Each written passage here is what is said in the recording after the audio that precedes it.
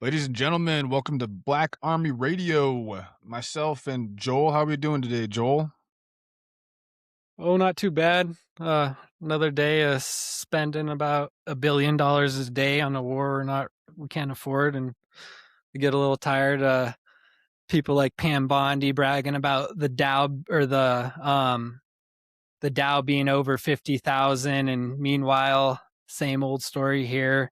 No health insurance. This is supposed to be about, his term was supposed to be about the family and stuff like that. So it's kind of one of those things. I think there's so much shit going on in the world. It's kind of fucked up with that we're here having a conversation about the war that we can't afford, and um, And all the maybe why don't allies we? that we no longer have.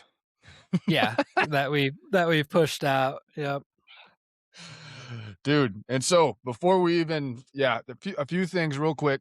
Um, we lost 6 individuals in northern Iraq when their fuel tanker, however it went down, went down. And so I'm going to give them a shout out really quick. Major John Clinner, Captain Ariana Savino, Tech Sergeant Ashley Pruitt, Captain Seth Koval, Captain Curtis Angst, and Tech Sergeant Tyler Simmons. And so, shout out to those men and women, courageous men and women out there doing the job. And, part of the deal, it sucks. I hate that part of it. Also, from the last podcast, where there's a few corrections, got to make really quick. I talked about single point energy and David Greer, and I dicked that up. It's not David Greer, it's Stephen Greer. It's Stephen Greer. Thank you, Adam Jensen, for squaring me away. And the documentary is called The Lost Century and How to Reclaim It. I highly recommend folks investigate that and see why we're still killing thousands and thousands and tens of thousands of people for oil and forms of energy that, quite frankly, seem to be out of date in a lot of ways. When I say GWAT, that's global war on terrorism. For some people, I guess that was a little bit confusing, but if you hear me reference GWAT, it's global war on terrorism. And when we were talking about psychedelic therapy for veterans and first responders, and at the end of the last episode, and how critical that's been, just not for myself, but for a lot of people in the community and a lot of dudes I know. I did not say what my wife's book was, and it's called The Reset. It's called The Reset, and it's fantastic. It's her dissertation on psychedelic therapy and the tremendous benefits associated with it. And so, wanted to square those things away, and then give a shout out, obviously, to the brave, to the fallen, and then get on with it. And so, kind of the latest and greatest, at least when it comes to the war. We'll get into, like we do in this program, we're going to get into all kinds of super duper stuff. But we lost in Saudi Arabia, we lost five oil tankers, fuel tankers. And so the reason this is important, these are air fuel tankers for our fighter jets, for F-18s, for our super duper jets out there. They're out there running and gunning, doing sorties in the air. We lost 5 refueling tankers in Saudi Arabia via Iran. Smoked 5 of them. On top of the 2 that we lost in northern Iraq, when we lost the 6 crew members. I guess I didn't realize we had lost 2 tankers. Did you know we lost 2 tankers that day? Yeah, it's hard to figure out like if they collided. You don't think they'd be refueling each other, as far as my understanding goes. So, and I know we've had a lot of friendly fire there and whatnot, so it's hard to tell. They're not really giving a clear story besides that they collided in midair and one went down and the other one was able to save it somehow. That's real strange to me, man. These men and women up there, no joke, no bullshit. I've ridden with these people in 17s and all these other outfits and flying all the time. And like, they're pretty shit hot in what they do. It's pretty hard for me to believe that 2 fuel tankers would collide like that. I mean, with the experience and technology, I don't know. I don't know. I don't really fucking believe anything right now. You know what I'm saying? Right. Coming out of anywhere. And so, but anyway, that's 7 fuel tankers. And why is that significant? Because we can't get any carriers close enough to Iran to not be launching our fighter jets and our bombers from a hell of a long ways away, which means they need to be refueled in air. because they don't carry enough fuel to make it for wherever the hell they're getting launched from, which is a long ways away, to do their bombing runs in Iran and then make it back to where they came from. They got to get fueled up. And so losing 7 fuel tankers, that's a pretty big deal. Not getting talked about a whole lot, but that's also kind of new information as well. And so Well, and I think the sad fact with this is every missile we send, every fuel taker we lose is like, we don't need to be doing this right now, and we're talking about billions of dollars just being evaporated, like I think there's one of the Democratic senators, but they were talking, this war is costing us $11,000 a second, and that's a crazy number to think about. it's like it's not even real, dude. It's like when you're talking about stars that are like millions of light years away. You know what I mean? Or like a national debt that's $40 trillion. Like it gets there Yeah, gets to a point where the human mind just has a really like a difficult time comprehending those kind of numbers and right, distances and like everything else. And it kind of just morphs into like a Twilight Zone scenario of nothingness. You know what I mean? right, To where like $40 trillion might as well be $60 trillion, might as well be $30 trillion. You know what I mean? Like it's or $1 billion a day for the layperson, for the average people that are just paying bills out there, car payments, house payments, putting food on the table, gas in the tank. And you're thinking like $1 billion a day. Like, what is that even? I mean, is that even real?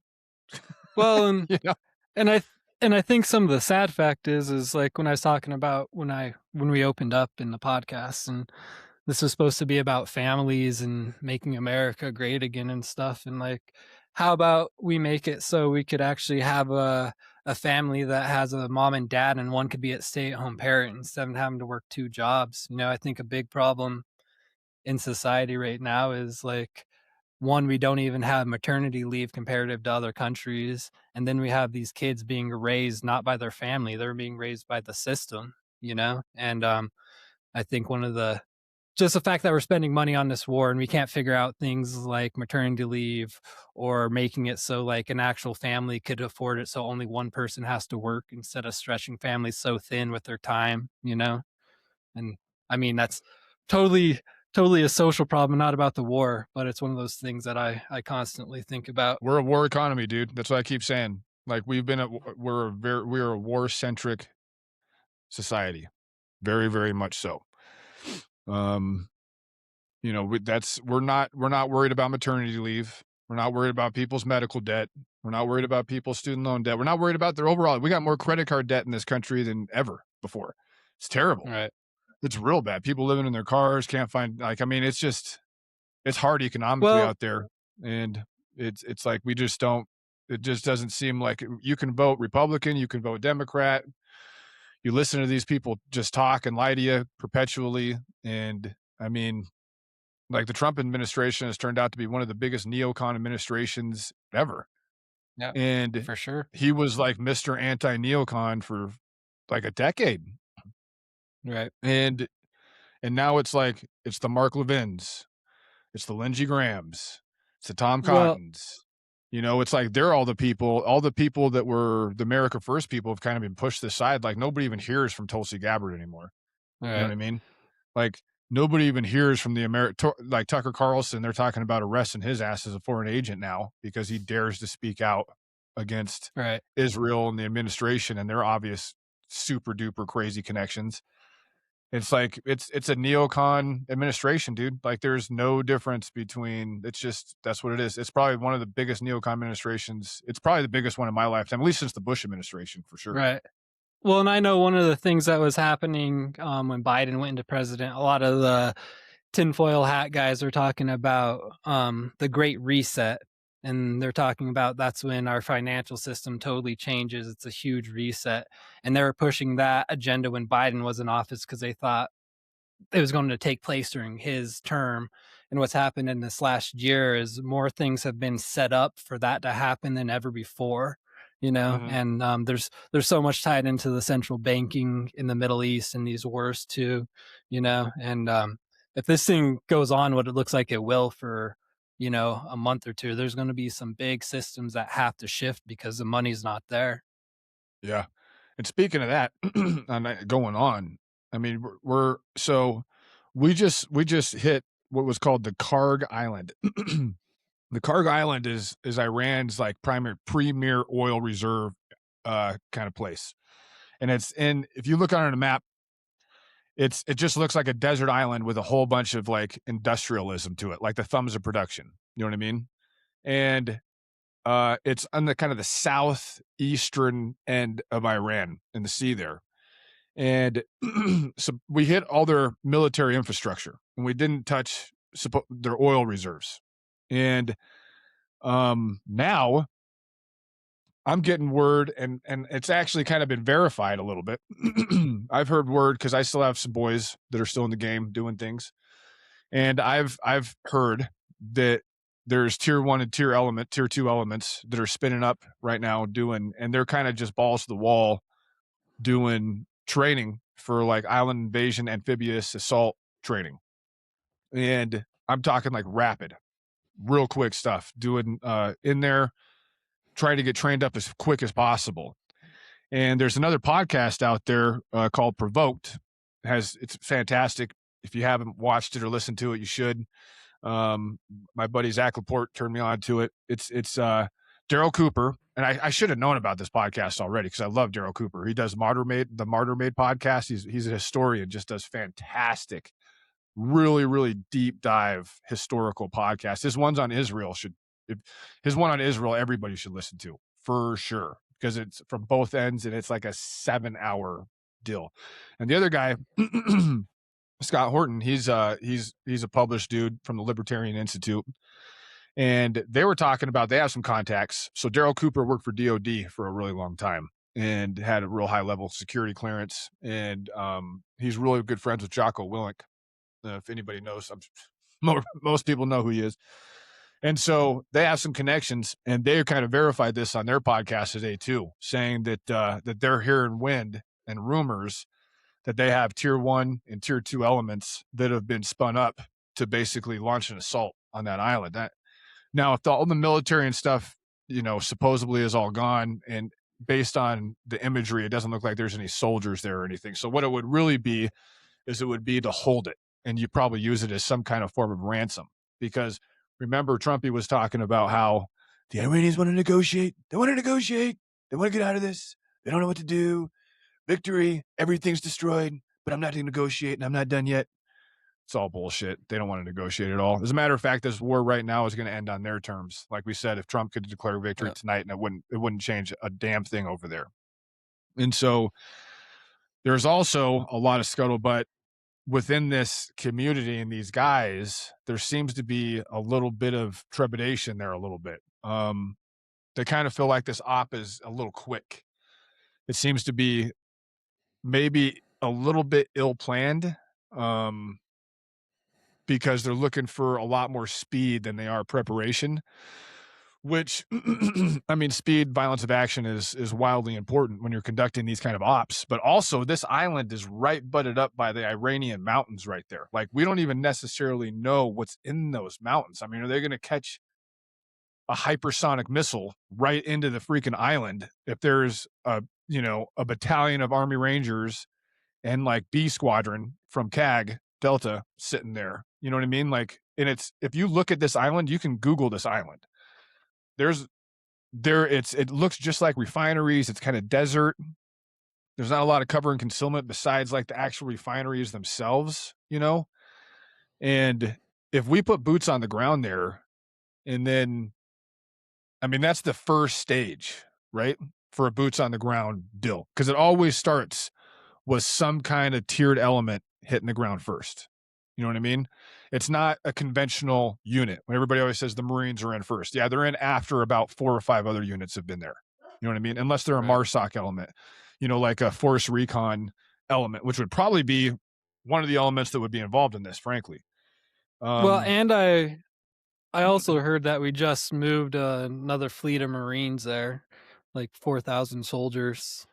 2,500. Well, yeah, okay. 2,500 Marines, but there's already 50,000 Marines, like kind of around the surrounding area, which is interesting to me. Like, there's a lot of Marines down there. like kind of like throughout a lot of those naval bases and kind of like around that area, not like right up next to it, but close enough. And it's interesting because this, and also they're from a float. Like they're not. I Right. mean, we Yeah. flew They're everywhere. I mean, we could be anywhere in like 15 hours in the world, ready to go, hit targets, get back on the bird, and gone. By the time a Marine fleet would show up weeks later, you know what I mean? And they're on a float right now. So this is, which it's I forget which expeditionary unit it is. I'll probably come up with it here in a minute.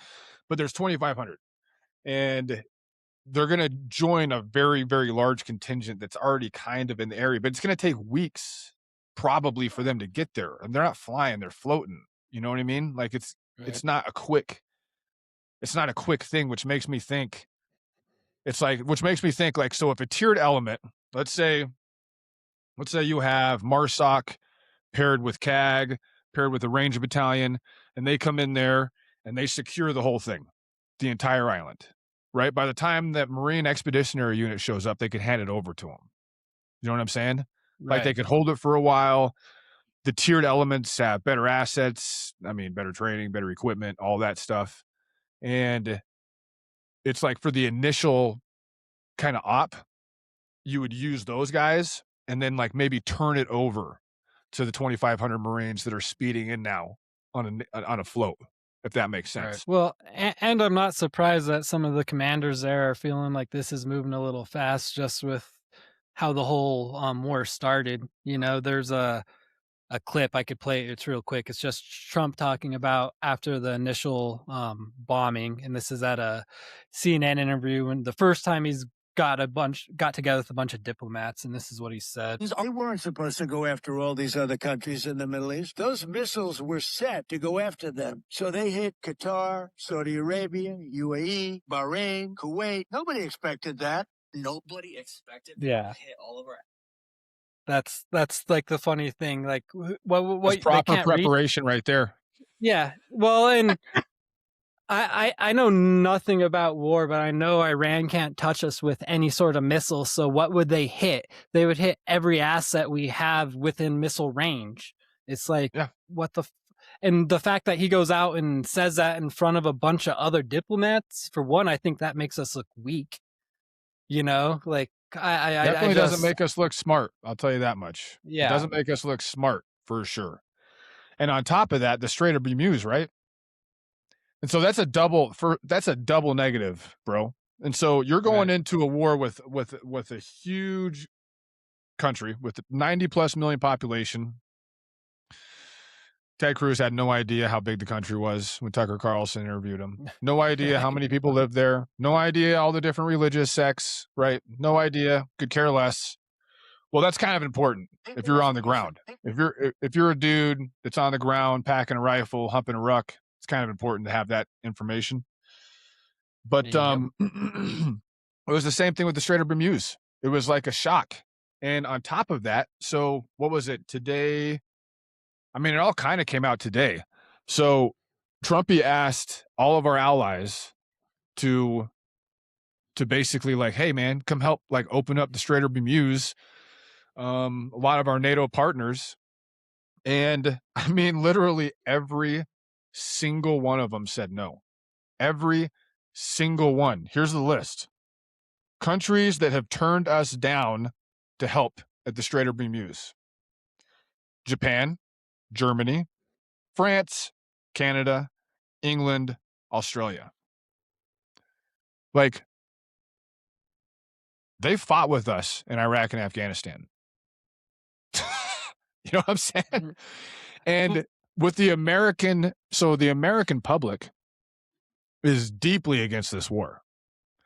And if the American public is against it, and we have our kind of our own oil reserve, we're not feeling the energy crisis and oil crunch like the Europeans are. They're going to feel it way, way more than us, like a lot quicker too.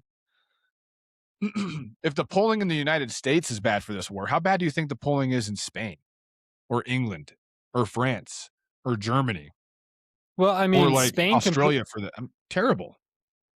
Spain completely pulled out of like anything to do with Israel, and that's when Lindsey Graham came out and said we need to stop working with Spain because you know, and I think it's pretty funny. And I think the correlation to, you know, when the Ukraine war started, and a lot of the people who were against the Ukraine war were saying, like, why is America meddling over there? Like, why isn't European taking care of this, or the NATO and all these things taking care of this more? Why are we doing it? And then the hypocrisy just flipped on its head, and we started a war that they don't want to have any part with, and they're saying, like, nope.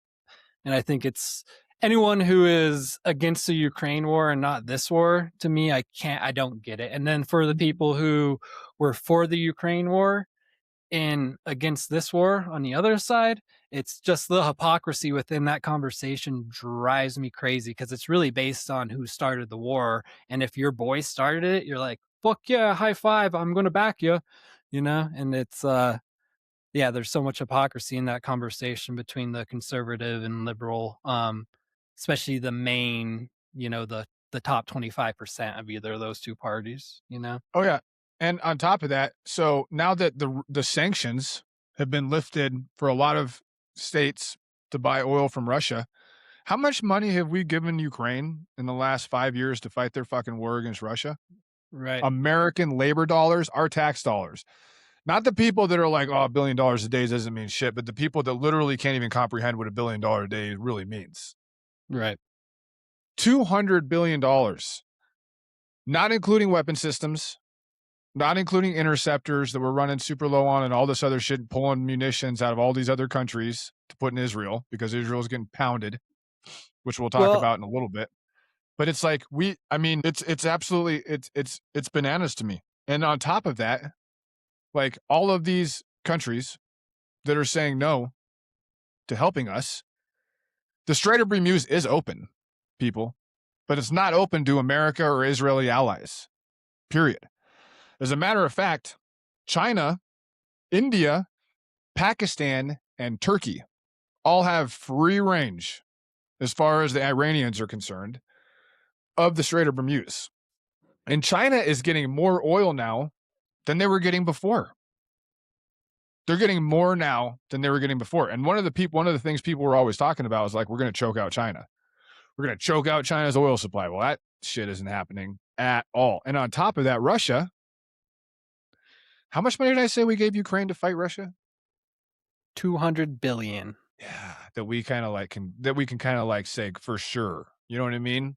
Like, we can say for sure that, probably more. And weapon systems. And we have contractors over there, and we have other dudes over there that are working. Fucking promise you, know for a fact that that's happening. And it's like, so we give Ukraine $200 billion in weapon systems to fight the Russians. And 5 years later, we decide we want to fight Iran because Israel wants to knock out Iran. Obviously, hey, have we had any ballistic missiles hit DC, Chicago, LA, Miami, Denver? Nope. Fucking, I thought Iran was an imminent threat. Well, and they talked about the drone threat to California, and then a day after they slowly backed off of it being like a real threat, you know? And it's funny too that it's not a real threat. It would be like, no, the only way Iran could do that is if they put like a couple of their drones on some kind of fucking boat and launched it into the Pacific, and then like somehow it wasn't detected, or it didn't set off any weird vibes with any of our people watching that shit, and then they were able to do a couple pinpricks hits. You know what I'm saying? Right. With like some places, but it would have to be in like basically some kind of civilian nondescript cargo ship or something. I mean, they couldn't launch it from Iran. They're not even close to capable. They have nothing, zero things that can touch us at all. And this is when it goes into the tinfoil hat thing. But that same day, there was a report that we just started copying Iran's drones. So like, we have drones that look just like theirs. Reported a attack that could happen on America's soil. Seems kind of false flaggy to me. And that's a tinfoil hat thing. I get saying that. I'm not totally. No, a lot of people are talking about it. We talked about it last episode, right? We're Yep. like, hey, get a weapon system, get 1,000 rounds of ammunition for that weapon system you trust. Don't dig into those rounds. Just hold on to them. Get a solar generator, dried food, like all this other stuff. I have no doubt in my mind. I would not be the least bit surprised if the United States is hit with something. And I also wouldn't be the least bit surprised if it's from our own freaking people at this point. Because when you look at the 9/11 reports and everything else, like there was a hell of a lot of shit in that is really, really, really suspect. So have you, while we're going to talk about that, do you know who David Sachs is? I do. So David Sachs is like, he's the White House crypto czar, based on my understanding, the White House crypto czar. And so I have a super duper, really, really interesting audio clip that I'm going to play that I think we need to talk about for a variety of reasons, because it is stuff that we have already discussed. We're like, this is like the 6th podcast or whatever it is. We have discussed all this shit already. Israeli nuclear weapons, Tel Aviv getting crushed, Israel itself getting crushed, and the nuclear option. And it's all going to happen right now with this guy. And he is the White House crypto czar. People, look him up. David Sachs, White House crypto czar. He is in the administration. He is in there. And so here's what he has to say. You also have to, I think, consider the impacts on Israel. I mean, it's hard to know exactly how much damage Israel is taking right now. There's a social media blackout. But what you're starting to hear trickle out is that Israel is getting hit harder than they've ever been hit before in their history. And we're only 2 weeks into this. If this war continues for weeks or months, then Israel could just be destroyed, or very large parts of it. Now, I think Israel is a harder target than the Gulf states. Their infrastructure is more hardened. Also, they're further away. The Gulf states are vulnerable to drones and short-range missiles, whereas Israel is mainly vulnerable to long-range missiles. Nonetheless, at some point, their air defenses could become exhausted if it hasn't happened already, and Israel could get seriously destroyed. And then you have to worry about Israel escalating the war by contemplating using a nuclear weapon, which would truly be catastrophic. So there's a lot of scenarios here, a lot of really frightening scenarios about where escalation could lead. And even though the United States is a much more powerful country than Iran, they essentially have a dead man's switch over the economic fate of the Gulf states, and even potentially beyond that, the habitability of some of these countries. So I do tend to think that this is a good time to declare victory. I think, Brad, you're right that the president has never said that democracy promotion is one of his objectives. Yes, JCal, obviously everyone would welcome if the people rose up and chose a new regime, but that's not something that we've said we have to accomplish. I think one thing that worries me about that, minus the humanitarian and the dirty parts of war, is talking about like some of the things that are happening financially and their balls that dropped because of this war. JP Morgan Chase just has restricted private equity lending and marked down the value of loan portfolios. At the same time, Morgan Stanley has blocked some fund redemptions. And this has a lot of parallels to things that happened in our past with economic collapses. And BlackRock, the world's largest asset manager, oversees $10 trillion in asset. This was last week. They blocked nearly half of their investors who requested withdrawals from his $26 billion private credit fund, essentially saying these people wanted their money back and they all wanted it at once because this war. And the crazy thing about the economic part is that country, especially in the last 20 years, because of the war on terrorism, has made a lot of deals with our government and holding our debt. And if the economics of that, not that country, but that region, if the economics of that region collapse, you're going to start seeing, you think our dollar's plummeting now, it's going to plummet to the point where like they're going to try to go to a full cryptocurrency. There's a lot of things in play here from an economic standpoint that is super scary. And I don't think people are really, if you haven't looked into the crypto stuff and what they're trying to do with one world currency and stuff, I think you should start looking into it because it's setting up to where Who knows? But if this goes on for a while, it definitely is setting up for that. Oh yeah. What do we say about the tinfoil hat people? When I said they're batting 900. For those of you out there, when I said bat 900, that's 9 out of 10 up to bats. Okay, that's Right. bat 900. You bat 300, that's 3 out of 10. 30%. You're in the Hall of Fame. Fucking Hall of Fame. Bronze statue. Blah blah blah blah blah. We're finding out all these conspiracy theories. What you're talking about, Epstein, Pizzagate. What was the something 2025? What was that one? Yeah, My buddy Project 2025. Project 2025. Like all this shit. Everybody's fucking right. Everybody's right. And so now you got this guy, David Sachs, and 100% with what you said, he's the crypto czar, right? And he is Yep. a representative of this administration. First of all, he just admitted that Israel has nuclear weapons. Yep. Israel is the only country with nuclear weapons that everybody knows has nuclear weapons that doesn't have to abide by any of the stuff that you have to abide by if you have nuclear weapons. All of the inspections, the counts, the safety regulations, the non-proliferation, which is like the reproduction and like the selling of nuclear weapons to other states. So he just admitted that Israel has nuclear weapons, number one, right? And we have fought now our second war in the last 20 plus years over states that supposedly had nuclear weapons that weren't supposed to have them. Okay, let's just pretend like that's not a big deal. He's literally talking. What did we talk about with the media? When I said, don't listen to Western media, stop watching Western media. CNN, Fox News, they're not fucking, there's no difference. Go to international media, find your media content somewhere else, right? He not only does he say, this is like a 1.5-minute clip. In this 1.5 minutes, he admits that Israel has nuclear weapons. He also says that Israel is getting pounded right now, which nobody is seeing in the Western liberal media, right? Nobody's seeing that. He's also literally saying that Israel has a probability. They're getting hit so hard right now that there is a good chance that they're literally going to be like wiped off the face of the earth, that they could lose everything. Because they're the size of New Jersey to begin with. You know what I'm saying? Even though they're wildly powerful because they have American strength backing them. So,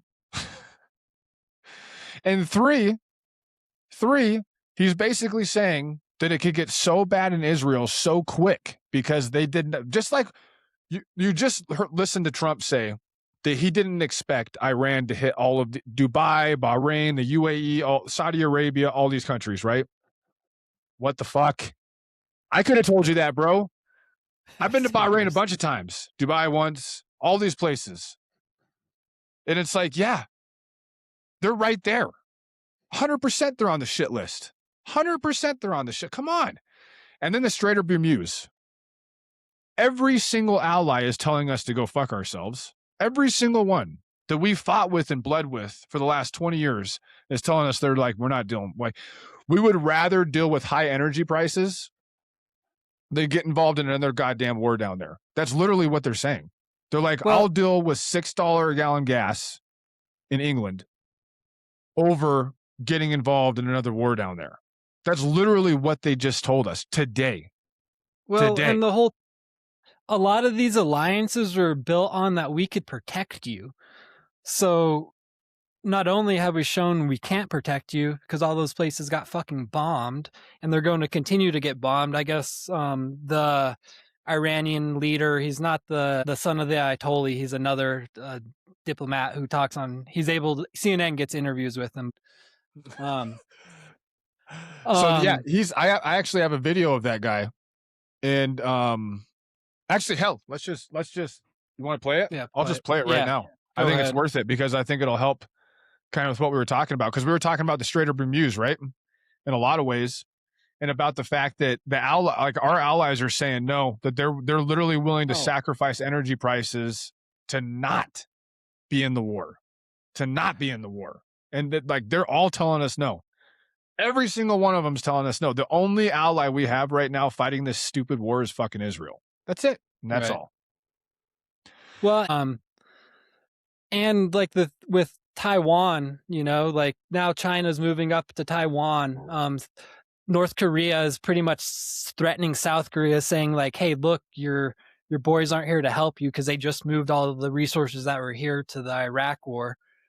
So all these fronts that we've created with these other countries are now kind of moving in on these strongholds of ours because they know we can't do this on too many fronts. So if one, either they're posturing or they're actually going to take advantage of what's going on in that war. So yeah, North Korea is basically telling South Korea, like, they're sitting there, they're like taunting them, like, hey, I don't know what you guys thought you had with the Americans, but you don't fucking have it, clearly, because they just took all of your shit and moved it to Israel. right. And now so they're setting off missiles over Japan. And then you have China, who's basically like, I mean, listen, I think we're in a really, really dangerous position to lose superpower status. And I'm not joking. We are not in a unipolar war. For those of you, unipolar, multipolar. Unipolar is what the United States enjoyed for a significant amount of time, basically through the Cold War, which is a singular power kind of rules everything. Okay, multipolar means that there's a bunch of different superpowers. And so we're in a position right now where I think we have severely degraded economically, militarily, in a lot of ways, to where now China and Russia is going to get a huge boost from this, because we talked about, right, with the Ukraine war thing. Everybody, like, Russia is going to be selling oil at like $140 a barrel. And they're going to be taking all that money that they're going to be making from all these countries that had their sanctions listed, because we're way more concerned with Iran now. And Russia is going to be tripling up to quadrupling up their weapon system supply, their military, everything, because they can sell oil to everybody. What do you think they're going to do with all that fucking money that they're getting for all this oil they're selling that they haven't been able to sell for years? Right. They're going to be using it against Ukraine, which we just spent $200 billion in, not including weapon systems, for fucking nothing. We might as well just flush that shit down the toilet, just like we did for everything in Afghanistan with the Taliban, everything in Iraq when ISIS took over, and everything else. I swear to God, everything we touch turns to shit. Look at Vietnam, Korea, South Vietnam, when we pulled out and they went in there and lambasted hundreds of thousands of South Vietnamese. It's like everything we touch turns to fuck. It just feels like that. And unfortunately too, with like the money, like the trade agreement has not worked for us and has just enriched China's economy. So like you were saying, economically, militarily, like everything that's happened in this last year has put us behind the eight ball and also has alienated us from our allies. And now we're a liability to these countries. They don't want to be partnered with us because now we're a fucking liability. Where before, like, there was assets, there's reasons people were taking on our debt. Now we're becoming a fucking liability, and it's not good. Yeah, we're definitely becoming a liability. And so I'm going to play an interview with the Iranian. I want to say it's not prime minister. He's obviously not. He's kind of the spokesman. So Tucker Carlson right now is getting a bunch of shit, right, for being like Laura Loomer. Jeez, all these super duper neocons that we despise for 10 years that are now everybody's finding an excuse to love for some fucking reason. Ugh, makes me so sick. Is saying that he is a foreign asset and needs to be arrested. And the CIA has turned over documentation that they pulled off of his phone and shit to the DOJ to try to get a prosecution. And he just started talking about this like 24 hours ago. But why is he a foreign asset? Because he dares to talk to foreign leaders, right? Okay. Right. Well, like NBC, CBS, ABC, they've all interviewed this guy. But somehow Tucker Carlson is a foreign asset because, listen, even though NBC, ABC, CBS interviews this guy and shit, they don't talk shit about Israel at all, hardly ever. That's what's getting Tucker Carlson in hot water. Make no mistake. It is 150% the fact that he is willing to talk bad about Israel. And Israel, I'm going to say this every episode, I swear to God, Israel is a state, not a religion. It's a state, just like England or France or Spain or Japan or Canada or fucking the United States. Israel is a state. It is not a religion. It is a state subsidized by the American tax dollar, by our labor dollars. We can say any goddamn thing we want about any other state that we want to without having to worry about getting canceled or going to jail or having something stupid happen. Okay? And so we're just going to keep promoting that right now, even on the benefit of him. But here's this Iranian official talking about the Strait of Hurmuz and about that it's not closed off. It's only closed off to American and Israeli allies. That's it, and that's all. Oh, so this is the Iranian foreign minister Abbas Arlagaki. I totally dig that up. The Straits of Hormuz remain closed so long as this war continues? Well, as a matter of fact, the Strait of Hormuz is open. It is only closed to the tankers and ships belong to our enemies, to those who are attacking us and their allies. Others are free to pass. Of course, many of them prefer not because of their security concerns. This has nothing to do with us. And at the same time, there are many tankers and ships who are passing through the Strait of Hormuz, and I can say that the strait is not closed, but it is only closed to American, Israeli, ships and tankers, and not to others. I think it's just really interesting how this whole thing is playing out right now with that. I think first of all, it's ridiculous that we had zero contingency plans for this shit. Zero.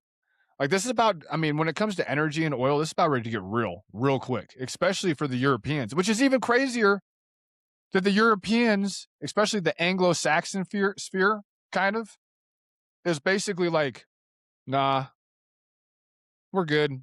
We're not. Switzerland. We talked about Spain. Yeah. Spain closed off their bases to us completely. Switzerland is also closing off all of their airspace to us.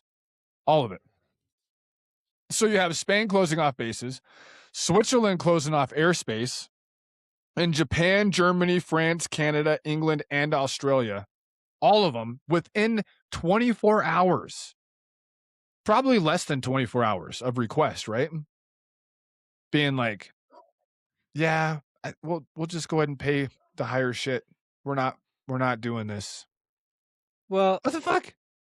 And the funny thing is Trump started this out with, he was saying that he's in conversations with all these countries to help secure the Straits of Hurmuz. And then that's when everyone pretty much said the next day, like, no, we're not in fucking conversation with him about securing anything. We have Israel.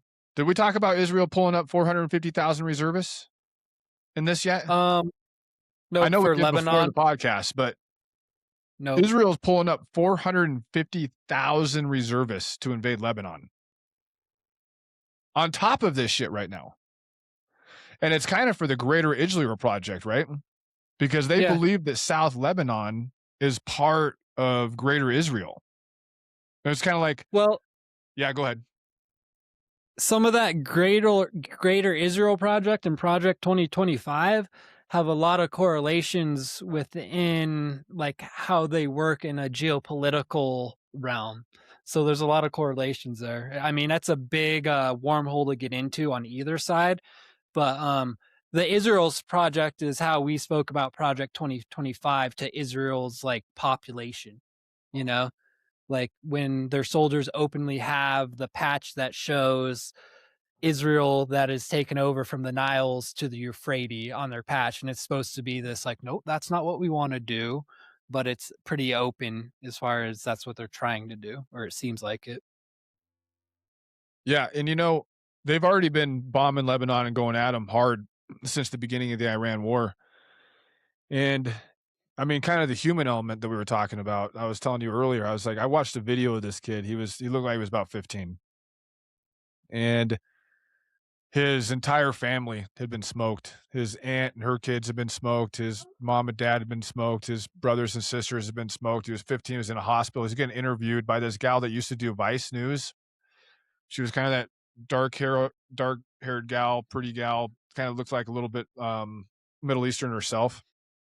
Yep. And she was interviewing this kid, and he was describing seeing his father in pieces, just in pieces. And I kind of like stopped watching the video because he was so like the emotion was so like his jaw was shaking so bad. He was so, you know, when you can see somebody and they're so grief struck, like it's so heartbreaking. You know what I mean? Like it's Right. heartbreaking to a point to where it affects you on a personal level. And he obviously, this kid must have had a great relationship with his father, because seeing his father and blown to pieces, like his head was over here and his arm was over here, and it's. And Do you not think that kid? What reason would that kid not join Hezbollah for? Like, yeah, Hezbollah I is mean, in Lebanon. Tell me that right now that this 15-year-old kid had just lost everything, looked like a squared, just a kid, right? Isn't going to join Hezbollah as soon as he gets out of that freaking hospital. And it's well, and like, I think, this is what we're doing over and over and over again. yeah, and that's just kind of what I was going to go into. You know, it's we condition these people to be radicalized by how we've treated the Middle East for the last 20 years, if not or 30 years, let's say, you know. And I think that's also that turns into threats on our own soil, because we oftentimes work with these countries, then we give the people we worked with, you know, amnesty in America. We let them into America because we worked with them, and then um depending on where that person was ideologically, they see something like this, and it could feed some sort of ideas in their head that lead to terrorism. And I also think kind of the stuff what Laura Loomer said with bringing back McCarthyism and these people who are immigrants in our country who are Iranian, that we need to start reporting them. Trump also came out and spoke out about how they're genetically different from us, and sometimes they're good, but they just come over and they go bad because they're genetically different. And I think that's all fucking real dangerous talk, and we've heard this time and time again from regimes that are similar to this, that history didn't paint well, you know. And yeah, I think personally, I think we're better than that as a country, and I also think it's a legitimate threat. So I'm not saying like it's made up that people can't get radicalized by this stuff, but the thing that scares me is we give them all the fuel for it, you know. And it also, just anybody who's anti-immigration has a larger podium to stand on when there's a terrorist threat from a Middle Eastern country on our own soil, because it's not the Ecuadorians blowing us up, it's not the Peruvians, it's not the Mexicans, it's typically a Middle Eastern terrorist threat, unfortunately. Oh yeah, 100%. I saw that. I listened to that same clip they were talking about, and I think it was in the same context of him kind of admitting that he was shocked that Iran went after Dubai, Bahrain, UAE, right? All Saudi Arabia, Right. all these countries. And he was talking, God, what was it? He was talking to a Fox News guy when he brought that up, and it wasn't challenged at all. Like, he was just basically like, they're not the same as us. They're not genetically like us, you know. They're genetically different than us. You know what I mean? You know what I mean by that? The I funny remember thing is, if studying we're some stuff on eugenics a long time ago. Yeah, I'm pretty sure I know what you mean by that. I'm pretty sure that there's been multiple regimes from various different states that have had ideas about genetics, even in the United States. When we castrate, what they said, when that Supreme Court justice said that like one generation of imbeciles is enough. Eugenics right, was in play in the United States even before it was in play in Nazi Germany. A lot of people don't know that. right, The Supreme Court ruled that it was legal to castrate people that the court deemed as imbeciles, air fingers quote imbeciles, and they would castrate right. men and women both. And basically, yeah, they said one generation of imbeciles is enough, and it was a genetic test. No, on top of that, and I think we talked about this a little bit, but this Tucker Carlson thing, that's just kind of coming out now is really starting to bother me a lot. And this divide on the right between when you see most of these people that are getting criticized really, really heavily right now were some of the most staunch Israeli first people that there were, especially around the Iraq war, beginning of the early mid 2000s, right? And you're seeing this divide right now, between Megyn Kelly's and Tucker Carlson's, and then the Mark Levin's and the Ben Shapiro's. You know what I'm saying? And you get to the point now where you got these people like Ben Shapiro and Laura Loomer, who's also falls in that same category, talking about how not only do we need to silence, and they're far more concerned with Tucker Carlson and Megyn Kelly and Piers Morgan, and people like that are questioning the narrative than they are with anybody than AOC or Bernie Sanders. Yep. Do you know what I'm saying? Or Gavin Newsom.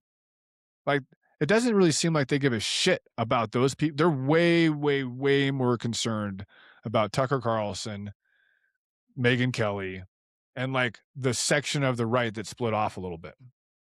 Well, and I think that's what we're seeing too. And a lot of these people were not only pro Iraq war, they were super strong, staunch Trump supporters. They stood up to bat for him in his last term going into this term, and with that fraction you're seeing from what I say the conservative and the mega conservative. I mean, as a Republican, they have to be worried about it because it's fracturing their base, and there's a lot of the more extreme guys like Nick Fuentes and some of the more QAnon righties that are also way off board with the Israel thing, and I love it because I think it's these weird things are what bring these fringes of either side together, as far as wars or some of the Epstein stuff, it's bringing the people who are somewhat awakened to the same conclusion, and I think we as a culture and as a society, we should probably lean into that and instead of trying to argue over fucking transgender and abortions, there's some things that if we leaned into. Dude, that's the crazy thing about this, right? We know that the right's going to get fucking buried in the midterms. There's a very good chance that we're going to lose the Senate, everything. And I mean, the ultimate lame duck presidency, right? And it just doesn't, it's not registering, man.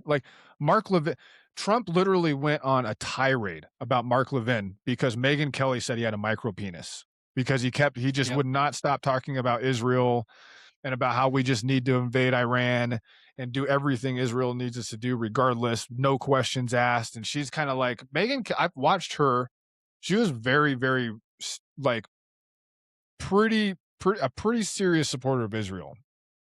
And because she is getting attacked so hard for even questioning a narrative that she's now you know what? I'm out. I'm not even thinking about it anymore. I'm just out with this shit. It's they're coming at her so hot and so fast. It's that gal, Carrie Bowler.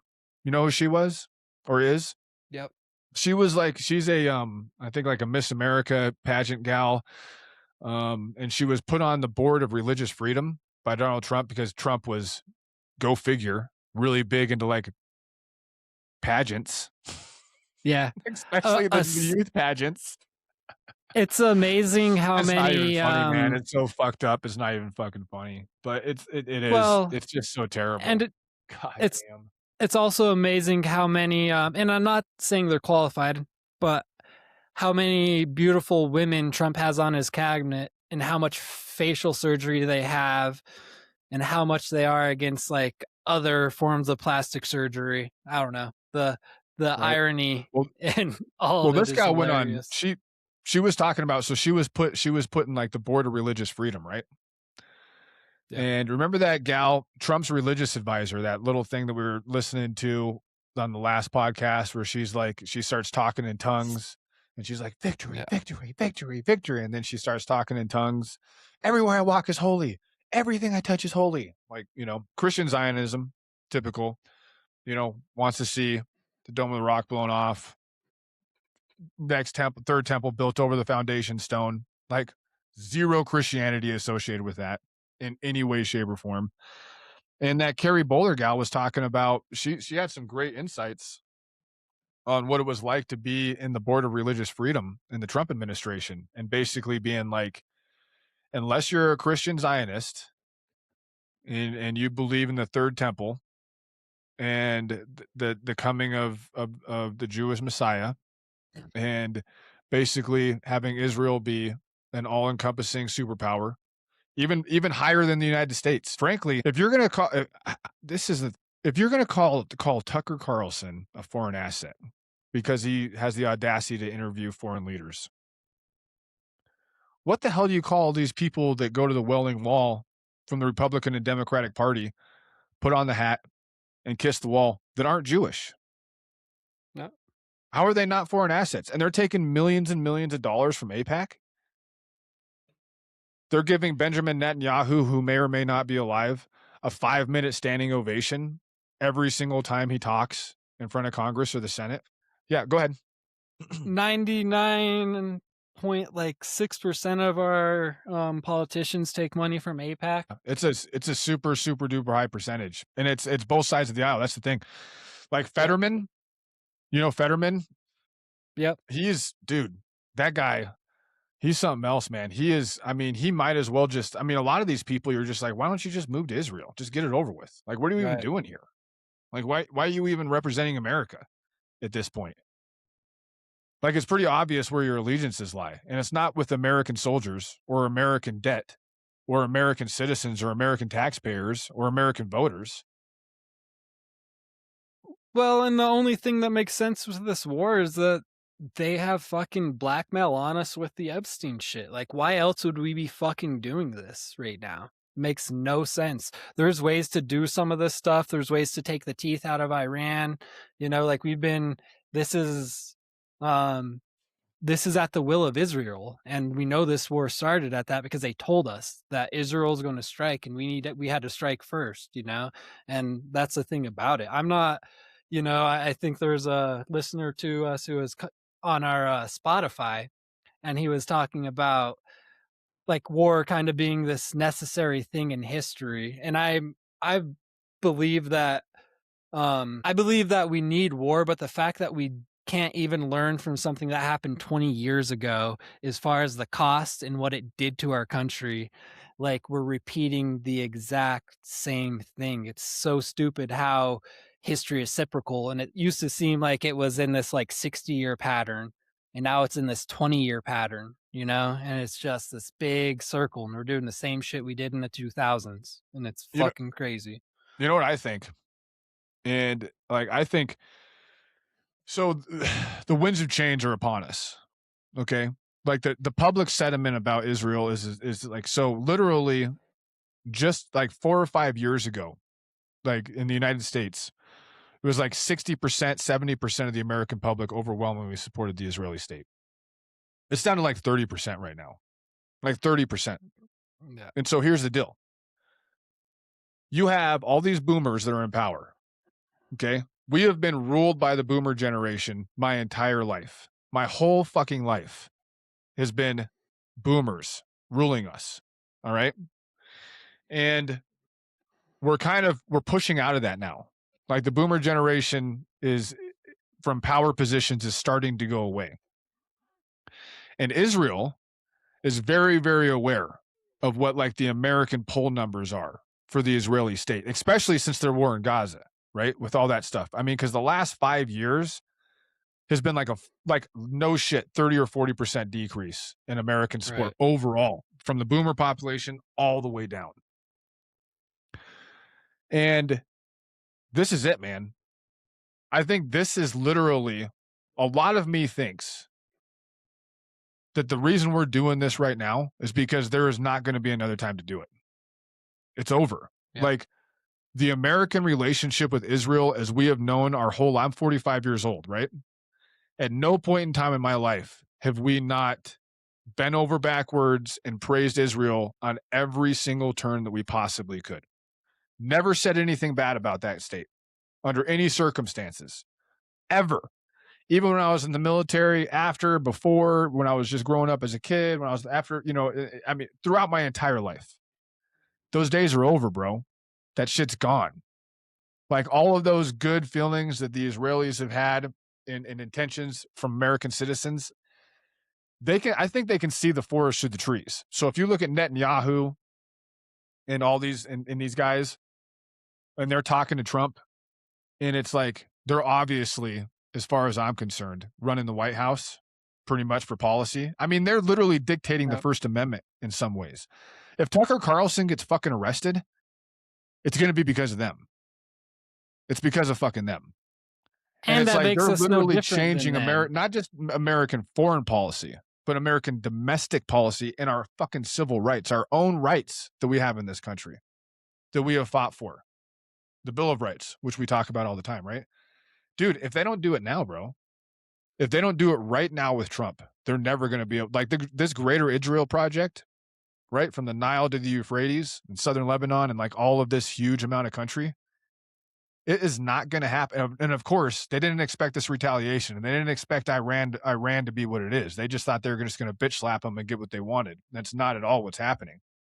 But if it wasn't going to happen now, like, I think that the reason it's happening now, regardless of the midterms and regardless of the next presidential election, is because all of these boomers that are in power understand that you give it another 2-4 years, whatever, if it's Gavin Newsom even, who's president, right, in 2 years or 3 years, Right.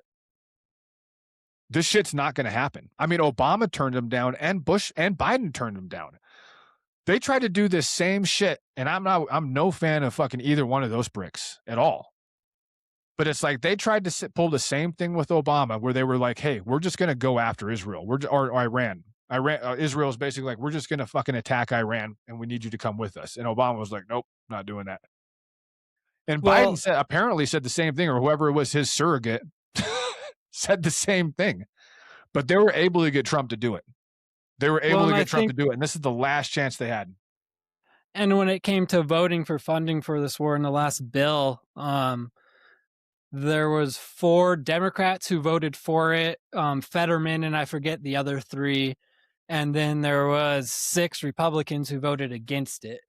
So the sentiment at the level of the Senate and House is almost every Republican is voting for bills or anything related to this war, and then with an outlier of 6 and 4 on either side, essentially, who are switching like the standard voting, And I think too, the Democrats will probably use this in their advantage when it comes to midterms, because it's obviously not a lot of people in our country are for it, So No, dude, the vast majority are wildly against it. Wildly against it. And that's the thing. The chickens are eventually going to come home to roost. Like, it may take the elected officials a little bit of while to get with the program, but they're seeing the forest through the trees. They're seeing it. Yeah. And they're seeing it on the Republican side too. That's why you have Massey, Paul, Marjorie Taylor Greene, when she was in there. And there's even more, like, you're even getting this stuff from Nancy Mace. Nancy Mace came out today. Yeah. She's a big time. She came out and she was like, "Hey, no boots on the ground in Iran. No boots on the ground in Iran." And she's also pushing hard on the Epstein files. Same thing with Lauren Boebert from Colorado here. She's saying the same kind of thing. Like, it's starting to split. Like, this is starting to happen. I mean, the fact that Nancy Mace, who's never really split with Trump on almost anything, right, until she got a little bit of an inside look in the Epstein files, that's when I started noticing her split. Okay. When Nancy Mace and Lauren Boebert when they went into that committee and they were able to see the unredacted versions of the Epstein files, they have changed their shit over the last probably 6 months on how they vote and how they just even tweet on X is wildly different than it was a year ago. And let's not forget when this war started, it was like a day after that they had more. There was, I think there's 50, and some people are saying more files that left out Trump, where there's witness evidence of Homeboy went platinum in the files, man. He went platinum in the files. He had 1 million mentions in that shit. And guess what just happened? Well, not just happened, but in the last, a guy was taking polls on Google hits for searches. Know it's dropped by almost like 98%. The Epstein list, you know, the war starts and then, you know, the distraction, and we're still here. And I don't think people, if you actually took time to look at the files, and it's a wormhole, the ties to the Middle East and Iran, this first set of problems we had with Iran through the 50s, through the 70s, like the ties in the Epstein file, this is all fucking related. And it's so hard when you're like, these are files that are open to the public. All you have to do is take the time and go and look at it. And I understand a lot of people don't want to go down that wormhole and feel like they can't do anything. You know, everyone feels defeated. The government's fucked up. They're so redacted, though. That's the problem. Like, they're so, like, I went and looked through a lot of those files, and you get, you know, the shitty, oh God, just the terrible stuff. Like, you get the gist. You know what I mean? For sure. But that's what I'm saying. You get the gist, and it should be a much bigger fucking deal. Not alone just the sex trafficking, the things that they're doing to these victims. Do you see what Iran posts? Do you see what Iran posts on X? 100%. I mean, listen, dude. I mean, listen. Call me whatever the fuck you want. Like, I'm sorry. I'm against internationally sponsored child rape. I don't give a fuck if it's a Muslim society calling it out, or a Christian society, or a fucking, you know, like non-religious society. Like, I don't care, dude. Like, I absolutely believe there are our elites in this society have not only hurt children and killed children and raped children and kidnapped children and done terrible things. And it's like when Iran posts something on X that says the president of the United States raped children. I mean, I can't say that they're wrong. I can't say at all that they're wrong. As a matter of fact, I have a tendency, I can't fucking not agree with them in some ways, because like I said, none of this shit makes any sense to me at all. And the Trump administration has gone 180 degrees from what they promised in the campaign. They're a neocon, warmonger administration that is piling up the national debt and could give a single fuck about the American citizenry. A single fuck about us. Period. Well, the end. And how they handled the whole Epstein thing, like how could you not look at it from the outside, and I don't care if you're a Republican, Democrat, and not think there was a cover-up going on with, from the very beginning of his presidency to the end, of how long it took them to get the files out. When they ran on getting the files, every time they released the files, there was more files to be released, so they never released and they redacted everything. Full amount of files. Yep. And no, they didn't redact everything. They didn't redact the victims' names, so the people who are they made sure they redact the perpetrators. That's for sure. Yeah. So these women who went through hell when they were 13, 15 had their names thrown all over the internet, but you're going to redact some politician or some fucking businessman who is doing this shit to those women? Like, what the fuck? How is that not even women, so girls? Upside? Yeah, little girls. Girls, exactly. It's so fucked up. I got 2 girls, dude. It's like I'm like, listen, my loyalty to my little girls, I'm sorry, exceeds my loyalty to the fucking United States. It does. To my family. Like, I've bled 100%. For this country. I have fought for this country. I've stacked bodies for this fucking country. I've deployed over and over and over again for this country. I wore a badge for this country and put people in fucking prison. You know what I'm saying? And for our laws, to uphold our laws that we have in place that are supposed to mean something. And you got these pricks up there. I put people in prison for way, way less than goddamn pedophilia. Way less. And it's like, it is a slap in the face, man. It is a slap in the face to every man like me that did that shit and was willing to get smoked, quite frankly, for the ideals that we thought we were fucking fighting for, that come to find out we weren't fighting for at all. at all. Not even a little bit. Well, and people need to quit fucking licking the boot of their party. The mega conservatives ran on like these crazy speculations, QAnon stuff, Pizzagate, all that stuff. And there's a large group of, and I'm not saying Pizzagate. If you read the files and hear about Pizzagate, it's hard not to make some correlations about eating babies. I'm not saying I believe in that 100%. I'm not saying it didn't happen. I'm not saying it did happen. Let's put it that way. But the people who are in that sphere, who are still supporting Trump, you find it more believable to believe in that when it's all code words and stuff, versus actual evidence of rich, powerful men raping and taking advantage of these young girls, you know? And that's the thing that blows my mind. Like, there could be two truths. That's a great point. And you could have. That's a really goddamn good point. And that's the thing what really bothers me is like, you could have two truths and you could say like, I was wrong. And I think the hardest part about this is there's so much tied in identity, and you're telling somebody that when they're believing in their party, that's who their identity is tied to. Like, that makes them have to rethink their whole being almost. And it's easier to be like, oh, maybe he didn't do anything bad. Maybe he's just protecting people. Because at the best fucking case scenario, dude, Trump is just the protecting best case all his scenario they friends. can make is he's an FBI informant. That's it. Yeah, exactly. That is the only case that you can make at this point. The only case you could listen. If you're an accessory to murder, do you go to prison? Yeah. If you're an accessory to rape, kidnapping, extortion, pedophilia, fucking larceny, bank robbery, assault, do you go to prison? Do you get charged? Unless you're Trump's friend, you might get bailed out. But if you're a normal ass citizen, and we're talking equal protection under the law, right? 5 of the 10 amendments were about equal protection under the law to try to curtail the power of the state against the individual, because the individual has no power against the state. The first thing they do is they confiscate your wealth. I've seen it happen. I've seen it happen as a law enforcement officer, as a Fed. They confiscate your wealth. They confiscate your possessions. And then you got to figure out some way to hire a lawyer to defend you. Okay? Without anything. That's basically how, in a lot of ways, how it works. When they really want to get you, they'll do that. When they really want to get you, they'll make sure you don't have any money to pay for anything. And it's like, to think, listen, he was in the files at least, and we don't have access to everything, at least 1 million times so far. At the very, very, very, very least, even if he didn't do anything, he was an accessory to the fact. He was wildly aware, without question, of what was going on. And he made statements about that many, many, many times, kind of hinting towards that.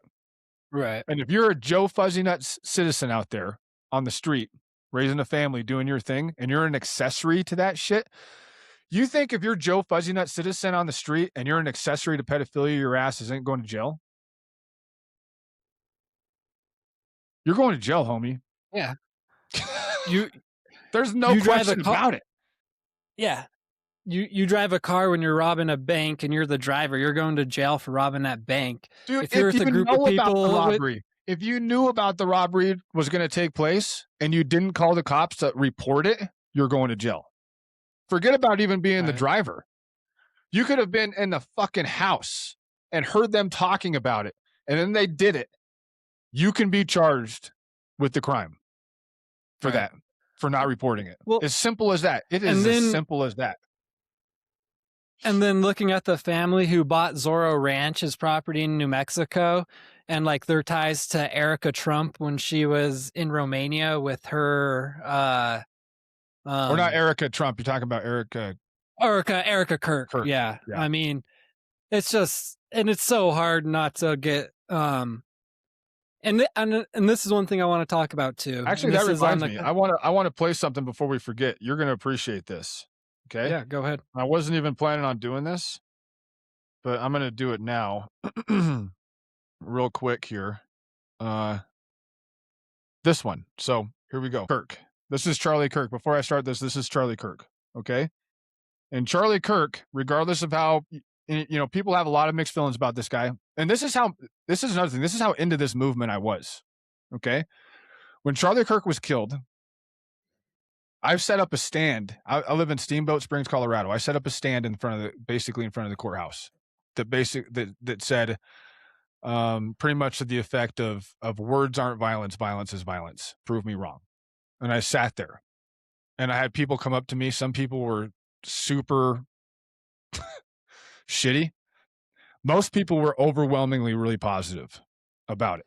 But it mattered to me because the thing that I liked about Charlie Kirk was he was willing to put it. Listen, it is really, really hard to put yourself out there on a college campus in front of thousands of people and get challenged publicly. And if you lose, nobody's going to forget that. Nobody. And he conceded the argument many, many times. And I didn't agree with everything the dude said, but I respect people that got intestinal fortitude and courage. And it takes a hell of a lot of intestinal fortitude and courage to do what that dude did. And he started right before he got killed, literally right before he got killed, he started speaking out against Israel. And here's kind of a culmination a little bit, literally just within the last week or two before he got killed, which makes you speculate because his death is weird.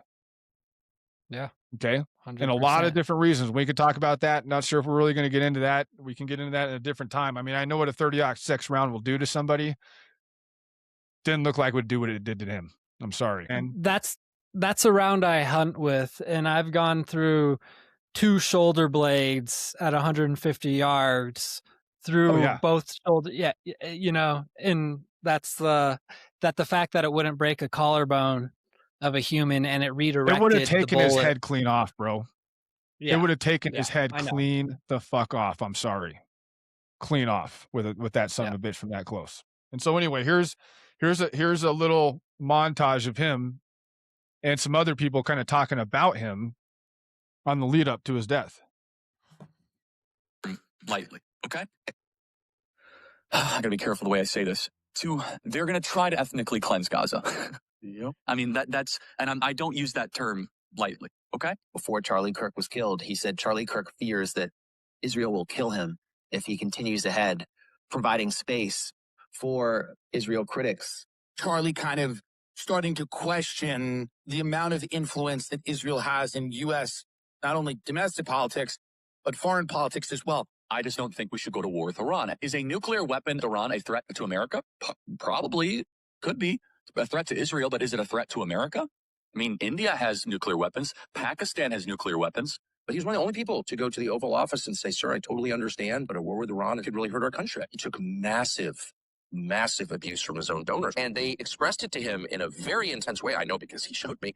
He's talking about October 7th possibly being an inside job. I still have the same gut instinct that I did initially. I find this very hard to believe. I've been to that Gaza border. He starts to question whether Jeffrey Epstein was an Israeli Mossad agent. Epstein, with his little friend Ghislaine and Ghislaine's father, Robert Maxwell, who was obviously a spy of the Israeli intelligence agencies. The evidence that shows that Epstein was a creation of either Mossad, Israeli intelligence. And it all blew out into the open at TPUSA's July Youth Summit out of in Tallahassee. Yeah, Tucker gave the speech. Right. Jeffrey Epstein was working on behalf of intel services. It's extremely obvious to anyone who watches that this guy had direct connections to a foreign government.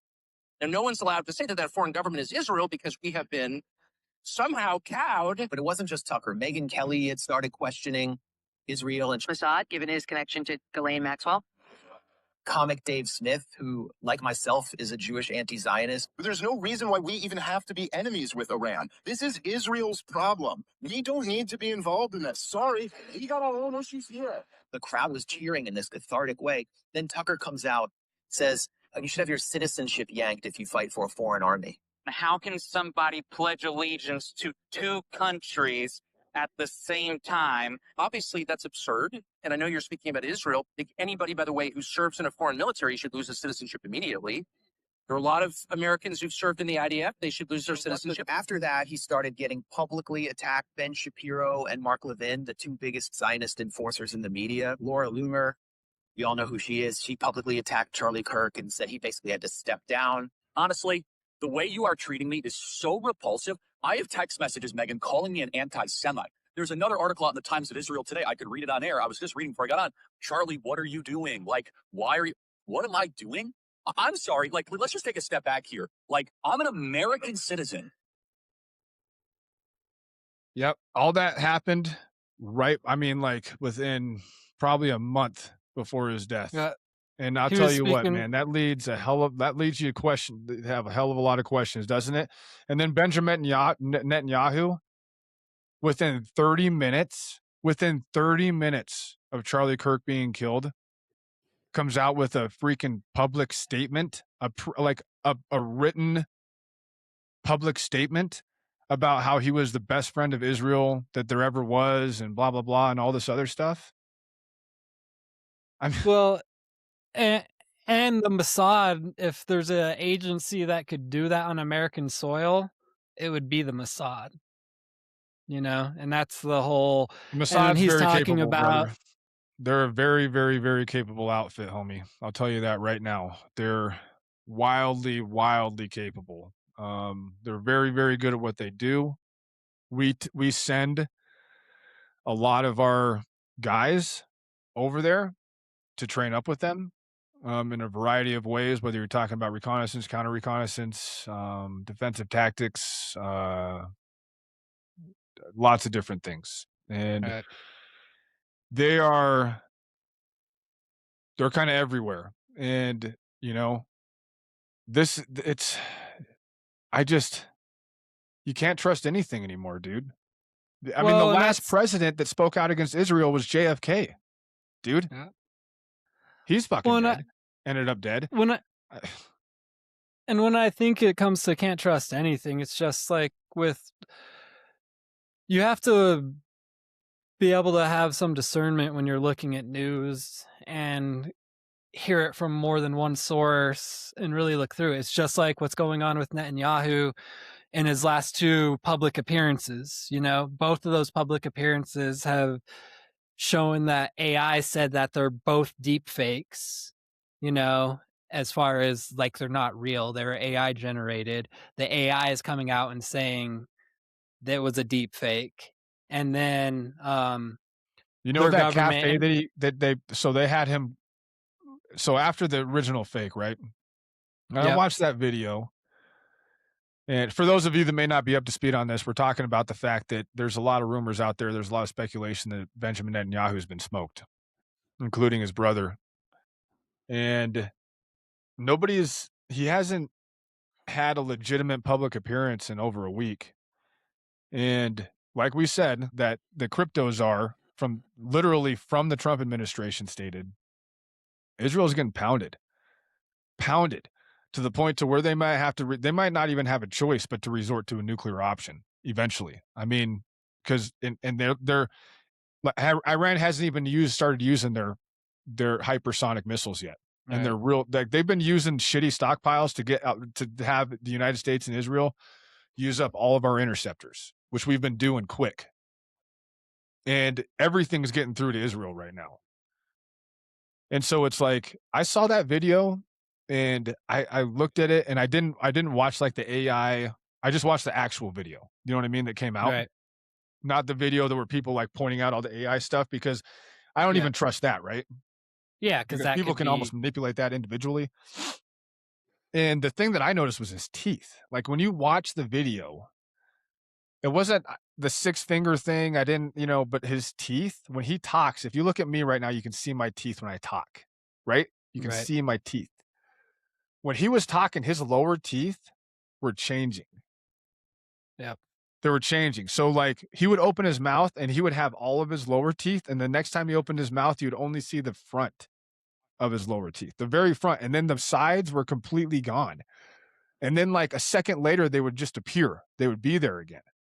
And then they would be gone again.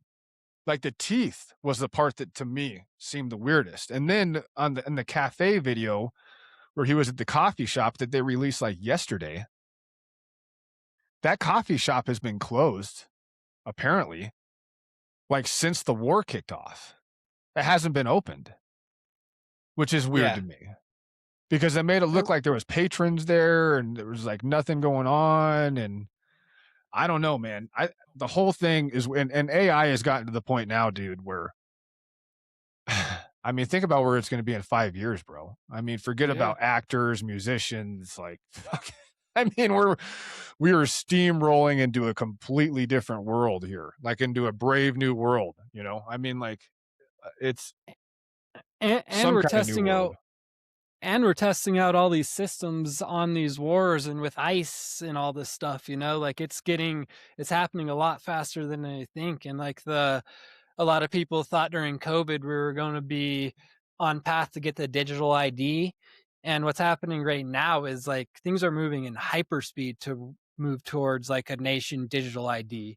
You know, that's part of the thing with elections because they want you to go and get a new passport and then they want you to get the electronic passport. There's all these steps that are happening really fast that they're not saying it.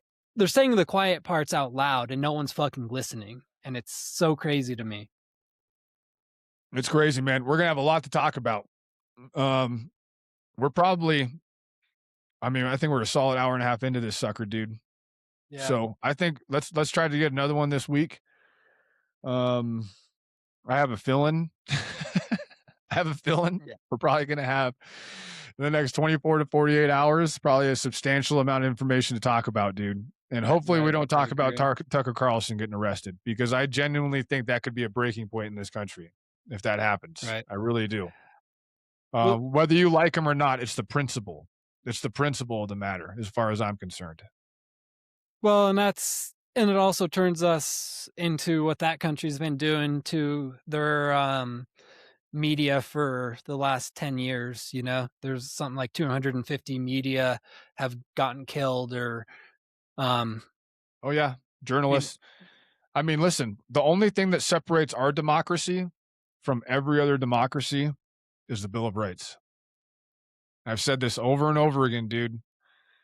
Like the freedom of speech, the freedom of the press, the freedom of religion, freedom, you know, the freedom to bear arms, supposedly to supposedly to have some kind of power against the state, against illegal incarceration.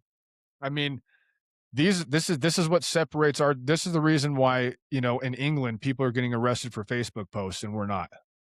If Tucker Carlson gets arrested for simply speaking to a foreign leader, just like, listen, that military advisor that we listened to, he's been interviewed by CNN, or not CNN, ABC, NBC, CBS, like the three major networks, right? Cable networks. And nobody's talking about arresting those people for interviewing a foreign leader of Iran or anything else. They just don't like his stance on Israel. It's as simple as that. It's as simple as that.